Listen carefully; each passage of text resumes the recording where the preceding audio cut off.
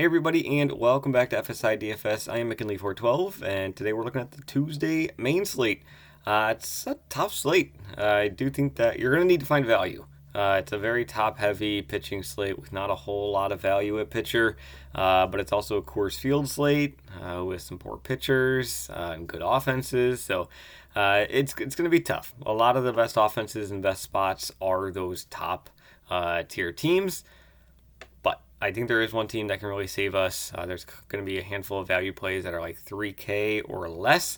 They could throw in your lineups even as one-offs or just kind of like a mini stack that I think can help. And we'll get to all of that in this video. But first, if you haven't already done so, please like, subscribe. It really does help us out. We get all the analytics. 65% of you that watch these videos don't even subscribe. Please hit the subscribe button. I'll let you know whenever we do get these videos out for you. So let's just dive right in. Like I said, it's a top-heavy pitching slate. DeGrom and Ohtani are leading the charge. 1A, 1B. I think you can make an argument that either of them are the best play on the entire slate. Both with elite strikeout upside, ceilings through the roof, both in favorable matchups, going up against Kansas City and Washington. I mean, there's really not much to say. I think that they're both elite plays in great matchups, and both at sub 10K. I mean, it's awesome. So I think, if you can jam them both in, I can fully understand if you can't get there in salary, but I do think that those are going to be your starting points in a lot of cash builds.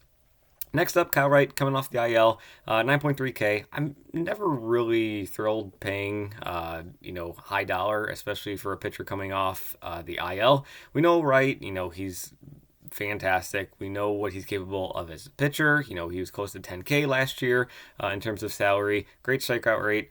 Going up against Cincinnati, it's fine. He had a rehab start in the minors. He went 6 innings.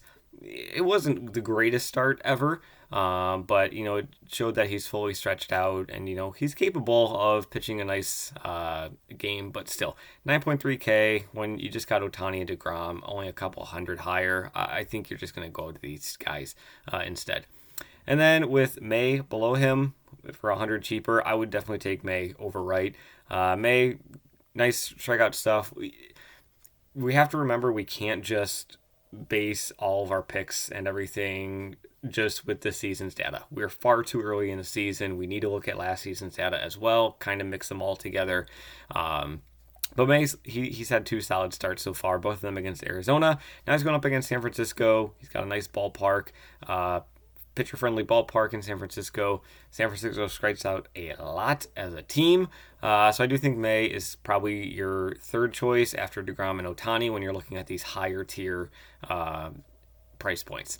Lance Lynn, he's just kind of there, 9K.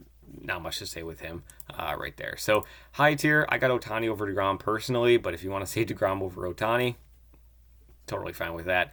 May, I think, is third, Wright, fourth, Lynn there. Into the mid-tier, only one guy that I really have a whole lot of interest in, and it's going to be Manoah going up against Detroit. Manoah, he doesn't have the strikeout rate that he had, a couple years ago, around like 30% when he was like a 10K plus pitcher. His strikeout rate plummeted essentially last season. It was in the low 20s. Even this season, the strikeout rate is not there so far, but his last start was amazing, allowed only 1 hit in 7 innings pitched against the Royals. So I do like Manoah here going up against Detroit. Detroit strikes out quite a bit as a team, and what Manoah can do for you on the slate is give you some salary. He's 2K cheaper than Ohtani and DeGrom. He's got a very favorable matchup, 7.7K, facing off against Manning on the other side, so Toronto's probably going to be a heavy favorite here, so he could be in line for the win, certainly. 7.7K is probably the main value play that people are going to be going down to. Is probably going to see some ownership because of that, just so that they can get some of those Coors Field bats in there. After him, I think there's a big gap, and then just like Wood, Wisniewski, Flexen, not a whole lot of interest in those guys, honestly. They're there, but Corbin Burnes is there at salary as well. Corbin Burnes has really struggled.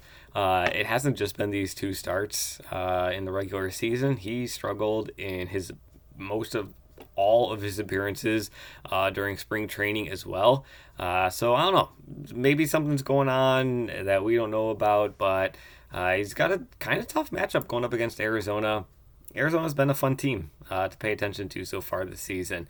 They got a lot of fast, speedy guys on the base pass, but they also have some power in their bats too as well. So Arizona's been off to a nice start this season. Milwaukee has as well, but still, I think Corbin Burnes probably won't see too much ownership. Maybe he could be a nice GPP play, just with what we know his strikeout rate can be, what his ceiling is. Maybe you kind of like get on the train before anybody else. An 8.5K with a guy who has a history of being, a 30+% strikeout rate pitcher.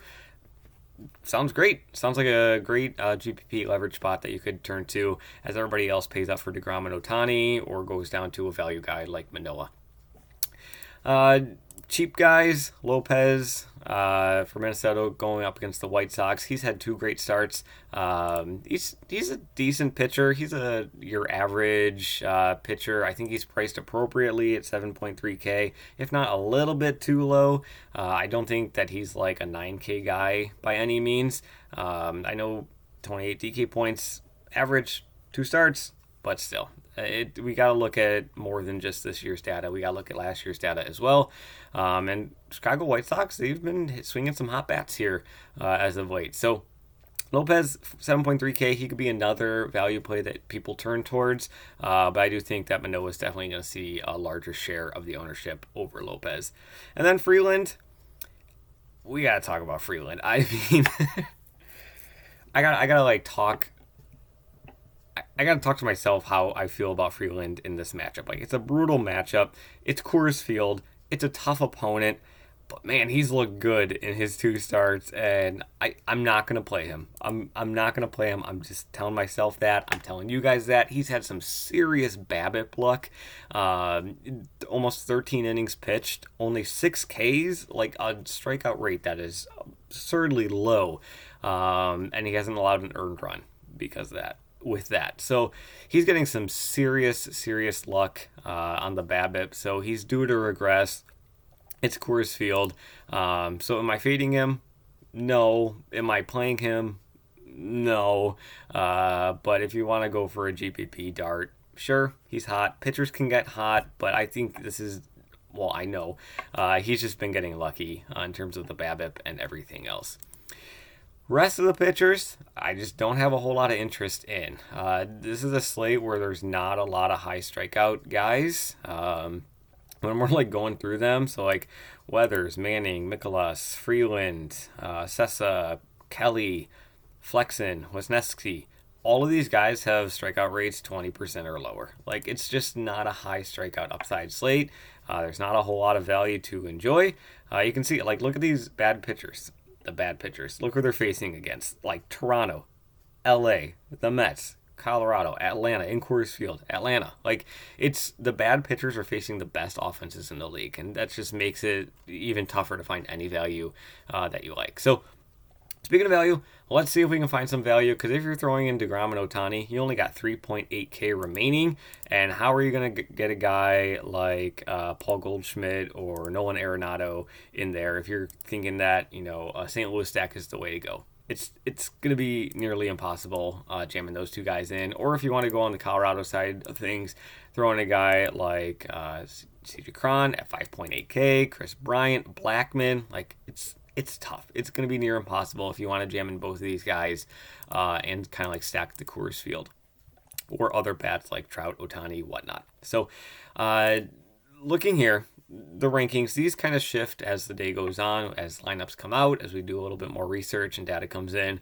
But right now, Coors Field, 2 bad pitchers with a very low strikeout rates. I think Colorado and St. Louis are going to be your top 2 teams in terms of, best place. But Arizona, I think we definitely have to talk about Arizona. They're the team that's going to really like open things up for you salary-wise. I already mentioned that they're going up against Corbin Burnes, and Burnes has like really struggled so far this season in the spring training in his 2 starts. So, and Arizona's been pretty fun so far this season. So here you go. Here's some value guys that you could be paying attention to.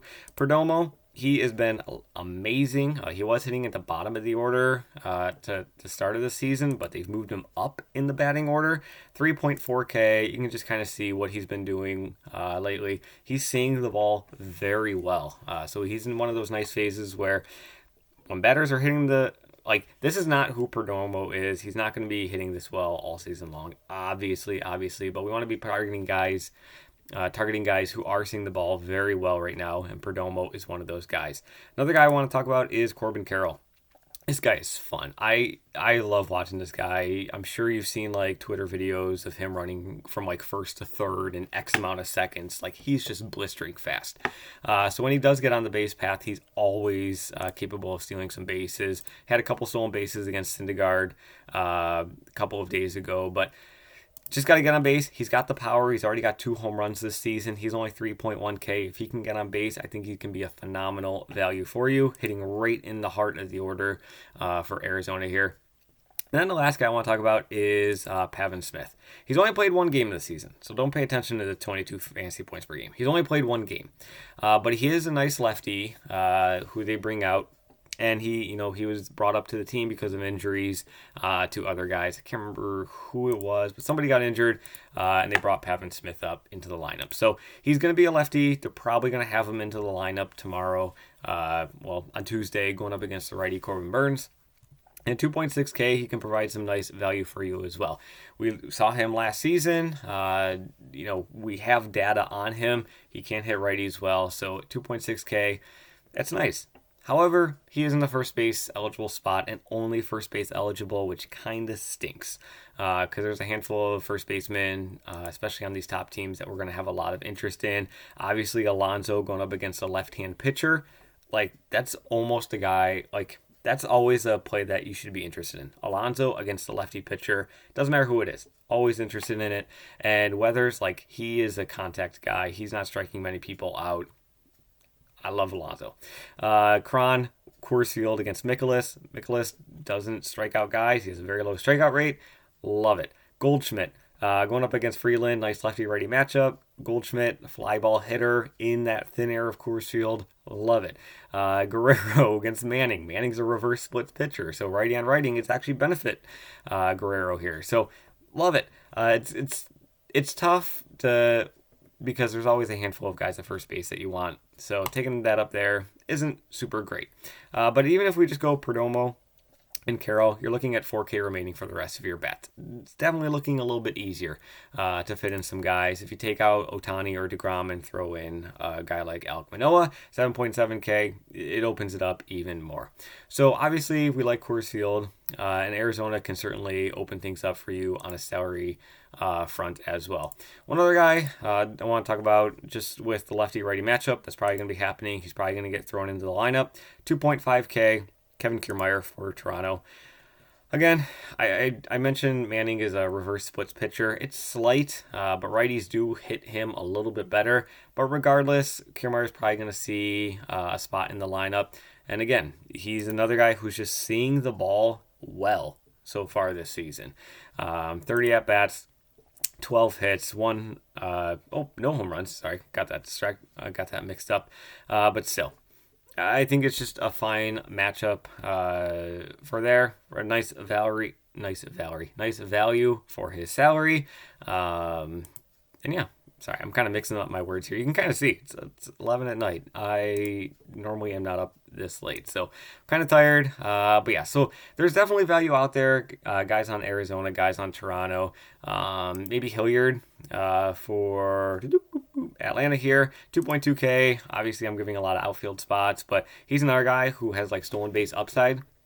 He was brought up because of injuries to guys in the Atlanta lineup, so he's going to be batting in this lineup. He is batting ninth most likely, so it's not ideal, especially in your DFS lineups, hitting a 9-spot guy in your outfield. But at 2.2K, if he can get on the base paths, he's definitely a stolen base upside or stolen base threat anytime that he does get on.